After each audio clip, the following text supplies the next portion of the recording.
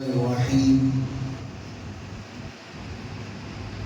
نحمده ونصلي على رسوله الكريم أما بعد فأعوذ بالله من الشيطان الرجيم بسم الله الرحمن الرحيم وحشر لسليمان جنوده من الجن والإنس صدق الله العلي العظيم وقال النبي صلى الله عليه وسلم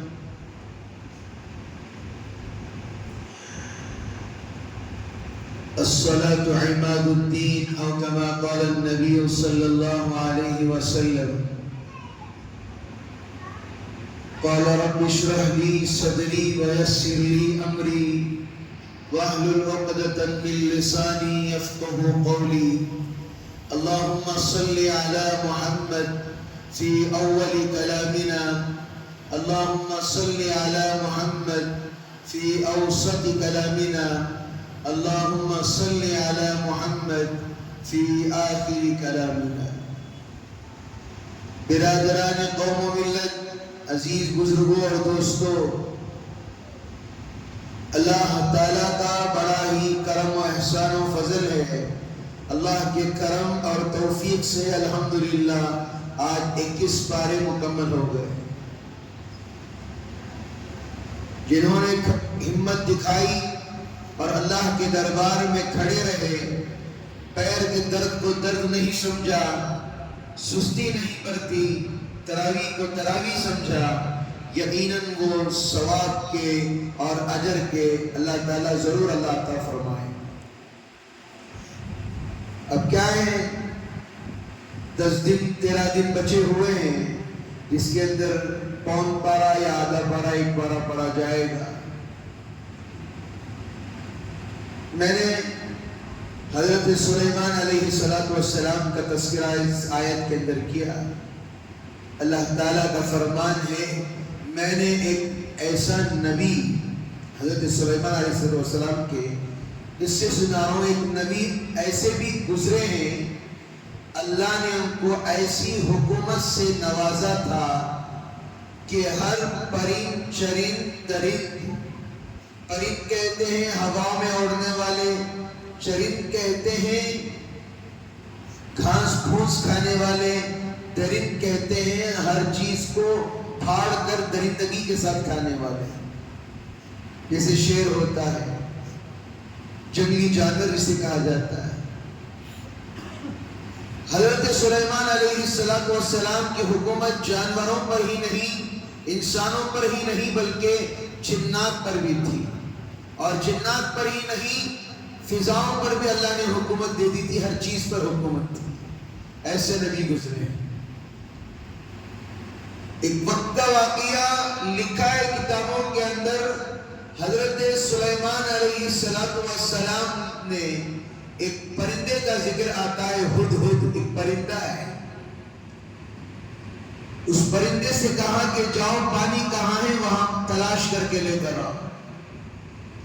وہ ہدہد پرندہ اڑتا ہوا پانی کی تلاش میں نکلا، اتنی دور چلا گیا کہ پانی تو نہیں ملا، لیکن ایک قوم کی طرف اس کی نظر پڑی. دیکھا کہ یہ قوم سورج کو پوجا کر رہی ہے. ایک عورت ہے جو سردار ہے، جو سب کی ملکہ ہے، وہ اور سارے کے سارے لوگ کیا کر رہے ہیں؟ سورج کی پوجا کر رہے ہیں. ذرا لوگوں کو معلوم ہونا چاہیے، جسے سوریہ نمسکار کہتے ہیں یوگا کے اندر، یہی وہ سورج کی پوجا ہے جسے لوگ یوگا کے اندر استعمال کرتے ہیں. پیر موڑ کر جیسا پرنام کرتے ہیں، یہی سوریہ نمسکار، یہی سورج کی پوجا ہے. ہدہد پرندہ گیا تو حضرت سلیمان علیہ السلام کو بڑا غصہ آ گیا. ارے پانی تلاش کرنے کے لیے بھیجا تھا، ابھی تک نہیں آیا. تو فوراً کہا کہ آئے تو فوراً مجھے خبر کرنا. وہ ہدہد پرندہ آیا اور ڈرتے ڈرتے کہا، یا نبی، میں تو یقیناً پانی کی تلاش میں گیا تھا، لیکن ایک قوم پر میری نظر پڑی جو بالکل سورج کی پوجا کر رہی تھی۔ تو ہدہد پرندہ ایک فگر لے کر وہاں پر آیا، اور حضرت سلیمان علیہ السلام نے جب تحقیق کی تو یقیناً وہ لوگ سورج کی پوجا کرنے والے تھے۔ تو پرندے کے ذریعے، ہدہد پرندے کے ذریعے ایک خط بھیجا، اور اس خط کے ذریعے سے پتا چلا کہ فلاں شہر کے اندر ایک بادشاہ اور نبی رہتے ہیں جن کی حکومت ہر چیز پر ہے، وہ آپ کو اسلام کی دعوت دیتے ہیں۔ بلقیس تھی تو انہوں نے سوچا جب پورا محل بند ہے تو ایک خط کہاں سے آ سکتا ہے؟ جنات پر بھی حکومت تھی۔ جنات کیا ہیں؟ آپ کی بھی شکل اختیار کر سکتے ہیں۔ جنات کیا ہیں؟ ہزاروں محنت کا کام ایک دن میں کر سکتے ہیں، گھنٹے میں کر سکتے ہیں۔ اللہ نے اتنی طاقت دی جنات۔ اسی لیے کہا جاتا ہے جنات کا لفظ آ گیا تو ان چیزوں کا خیال رکھیں۔ کولسا جو ہوتا ہے، کولسے پر کبھی بھی پیشاب نہیں کرنا چاہیے، جنات کی غذا ہے۔ دوسرا، ہڈیاں جو رہتی کھانے کے بعد گھروں کے اندر نہیں رکھنا چاہیے۔ کیوں؟ پوچھئے۔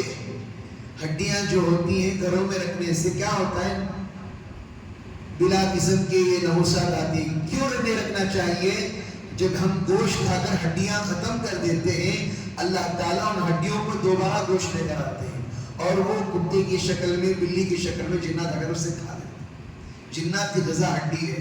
اگر راستے میں ہڈی دکھے تو اسے کبھی بھی اس پر استنجا کرنا، غلط چیزیں نہیں کرنا چاہیے۔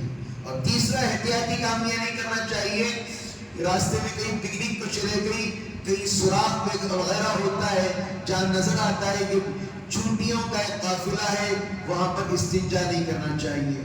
اکابرین کہتے ہیں وہاں پر جنات کے گھر موجود ہوتے ہیں، احتیاط کرنا چاہیے۔ تو میرے عزیز بزرگوں، دوستوں، کسی نہ کسی طریقے سے خط پہنچا اور بلقیس وہاں سے آئی، پورا لشکر لے کر آئی، اسلام کی دعوت دی۔ تو حضرت سلیمان علیہ السلام نے کہا اب بتاؤ جو اس کا تخت جو ہے، رانی کا جو تخت ہے، کون میرے پاس لے کر آئے گا؟ تو کہا کہ کسی نے کہا کہ اتنے گھنٹے میں لے کر آؤں گا، کسی نے کہا کہ 1 گھنٹے میں لے کر آؤں گا، کسی نے کہا کہ 15 منٹ میں لے کر آؤں گا۔ حضرت سلیمان علیہ السلام نے نہیں مانا۔ ایک جن اٹھا اور اس نے کہا آپ پلک جھپکیں گے وہ سامنے رہے گا۔ تو فوراً وہ لائے، اور جیسے ہی ملکہ وہاں پر آئی تو سب حیران ہو گئے، ارے تختوان تو یہاں کیسے آ گیا؟ تو میرے عزیز بزرگوں، دوستوں، یہ ایسے نبی گزرے ہیں جن کی حکومت ہر چیز پر تھی۔ ایک مرتبہ کا واقعہ لکھا ہے، ایک آدمی بیٹھا ہوا ہے، ملک الموت اس کے سامنے انسانی شکل میں بیٹھے ہوئے اور اس آدمی کو گھور رہے ہیں۔ اتنا گھور رہے تھے وہ آدمی حضرت سلیمان علیہ السلام سے کہتا ہے آپ مجھے اتنی دور بھیج دیجئے تاکہ یہ میرے پیچھے نہ پڑے۔ وہ تو انسانی شکل میں آئے تھے فرشتے۔ تو حضرت سلیمان علیہ السلام نے فرشتے کے جنات کے ذریعے سے اسے بھیج دیا۔ اس کے بعد اس فرشتے سے پوچھا کیا ماجرا، انسانوں کو کیوں ڈراتے ہو؟ کہتے ہیں اللہ کی طرف سے حکم ہے، اب 5 منٹ کے بعد اس کی روح نکالنی ہے، اور اس کی روح کئی کلومیٹر کے ایک میدان ہے، وہاں اس کی روح نکلنی ہے۔ میں پریشان ہوں، یہ 5 منٹ کے بعد ادھر ہی بیٹھا ہوا ہے، کب یہ وہاں جائے گا؟ وہ وہاں پر اترا، وہاں اس کی روح قبض کی گئی۔ موت جہاں پر آنا ہے وہیں پر آ کر رہی۔ میرے عزیز بزرگوں، دوستوں، اس واقعے سے ہمیں سبق ملتا ہے آپ بڑے بڑے محلات میں کیوں نہ رہ جائیں اور زمینوں کے اندر کیوں نہ رہ جائیں، موت آپ کو آ کر رہے گی۔ نہ آپ کی دوائی آپ کے کام آ سکتی، نہ کچھ کام آ سکتی ہے۔ آپ نے مشہور واقعہ حضرت سلیمان علیہ السلام کو سنا ہے۔ ایک مرتبہ اللہ رب العزت سے کہنے لگے اے اللہ میں تیری مخلوق کی دعوت کرنا چاہتا ہوں۔ اللہ نے کہا کہ تیرے بس کی بات نہیں ہے۔ اصرار کرنے لگے نہیں میں کھلانا چاہتا ہوں۔ تو اللہ نے کہا جاؤ کھلاؤ. جنات کو کہا, ہوا بھی ان کے قبضے میں, ہوا کو حکم دیا کہ کھانا خراب نہیں ہونا چاہیے. جنات سیکنڈوں میں کام کرتے, اتنی طاقت والے, کھانا پکا رہے ہیں, تیاری کر رہے ہیں, ٹنوں کے حساب سے کئی سو ٹن کا کھانا پکا دیا, تیار کیا, سب کام میں لگے ہوئے, سب کھانا پکا رہے ہیں. جب کھانا, کئی سارا کھانا, شاید کہ کتابوں کے اندر فقہا اور مفسرین کہتے ہیں کئی ہزاروں کروڑوں کا کھانا تیار کیا گیا اس زمانے میں. اللہ سے کہا ہے اللہ اب دعوت شروع کرنی ہے, کس مخلوق سے شروع کروں. اس واقعے کو کیوں بول رہا ہوں میں؟ ہماری مقدر میں جتنی روزی ہوگی اتنی ہی مل کر رہے گی. آپ کتنے بھی پیر کیوں نہ مار لیں, اللہ نے جو رزق ہمارے مقدر میں لکھا ہے ہمیں اتنا ہی ملے گا. اسی لیے توکل اللہ پر رکھنا چاہیے.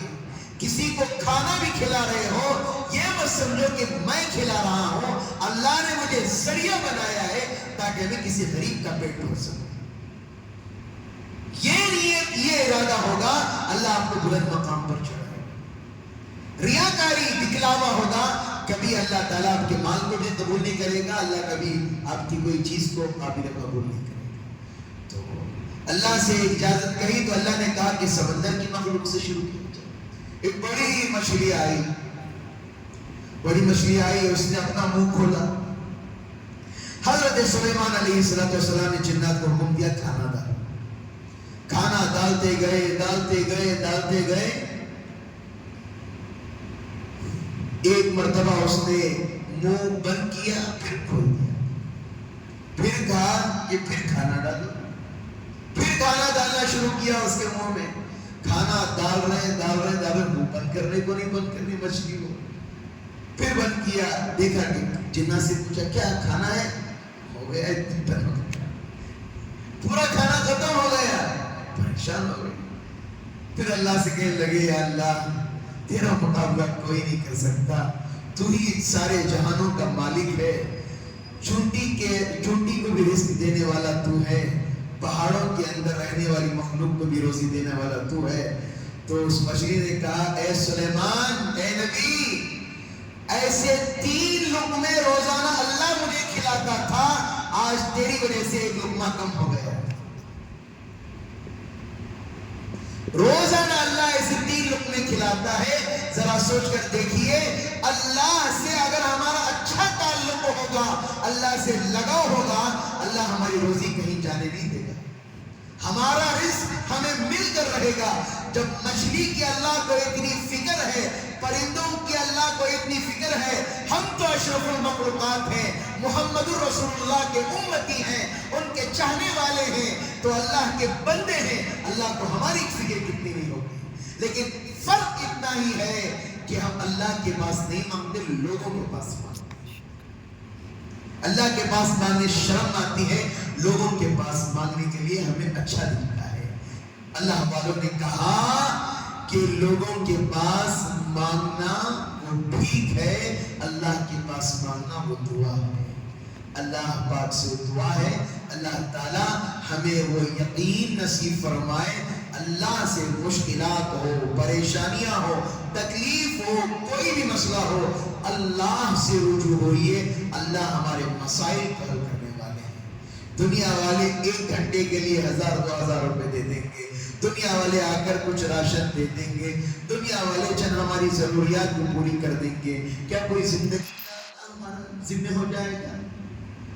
لیکن اللہ جو ہے میرے عزیزوں, غیب سے اللہ دولتیں دیتا, ہم بیٹھے ہوتے ہیں پتہ نہیں ہوتا.